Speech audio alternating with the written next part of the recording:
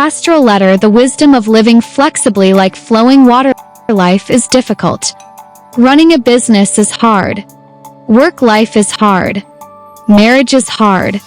Raising children is hard. Even though I have been in ministry for a long time and it seems like it should be easier by now, ministry remains difficult. I see that everyone I meet carries their own pains. I can see the hidden wounds behind their bright smiles. The stronger someone appears on the outside, the more quietly they shed tears in secret. Sometimes they swallow their tears silently. Yet by the grace of God, we are living well. We live with hope. We dream as we live. We live believing that today will be better than yesterday, and tomorrow will be better than today.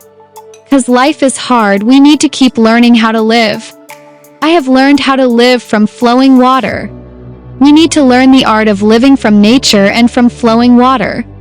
This is because God has embedded the wisdom of life in nature. In fact, over 70% of our bodies are made up of water.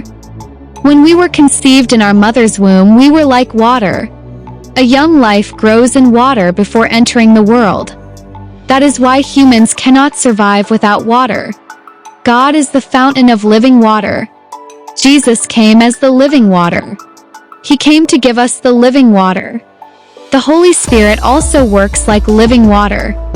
Flowing water is humble. Water flows from high places to low places. Keeps flowing downward until it reaches the sea. The sea, resting at the lowest place, embraces all the waters. The sea is the king of waters because it accepts all the streams and rivers from the lowest place. Water is flexible. When water encounters an obstacle while flowing, it stops. The balance between flowing and stopping is the harmony of water. When it encounters a barrier, it stops and waits. When enough water gathers during this waiting, it overcomes the obstacle and continues flowing toward the sea. Water is highly adaptable. Conforms to the shape of whatever container it is in. It is content in a small cup and content in a large jar. Water teaches us contentment through adaptability. Water brings life to all things. Seeds and trees cannot survive without water. Water does not reveal itself, yet it seeps into seeds and tree roots. The wisdom of water lies in its hiddenness. Water that remains hidden causes seeds to sprout, revives trees, heals and restores. Brings forth abundant fruit. Water does not boast about itself. Water does not speak. Although water can be stirred by strong waves and winds, it prefers stillness. Water held in a lake is still. Water deep in the ocean is quiet. Stillness does not mean absence of movement. Even in the depths of the ocean, water is always flowing. Water is life. That is why it is called living water. The term living water comes from the combination of the Chinese characters sheng and shui. Life is born through water. Water revives that which is withering. A flower that is wilting springs back to life when watered. When patients receive N4 at a hospital, it contains water mixed with a small amount of salt.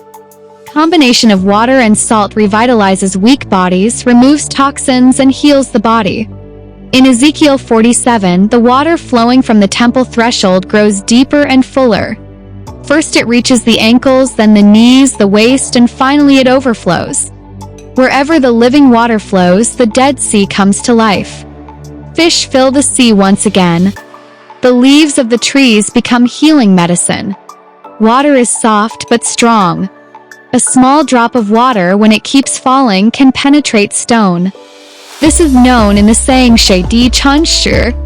Even a small and weak drop of water, when it falls continuously, can create a beautiful hole in the rock.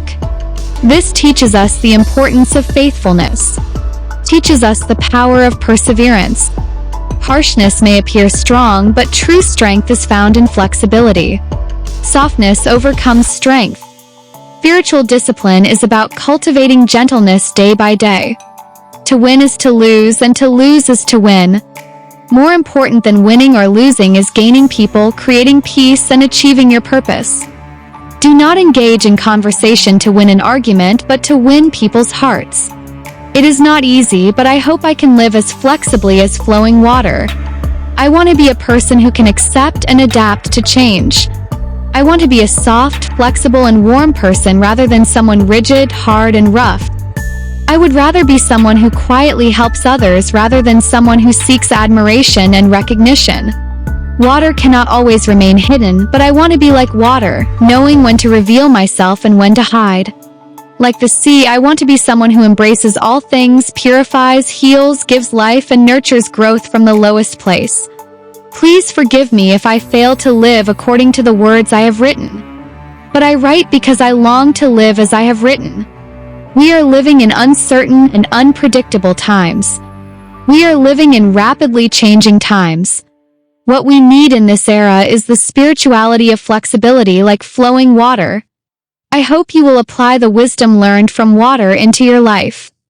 Juik Suk from Pastorate.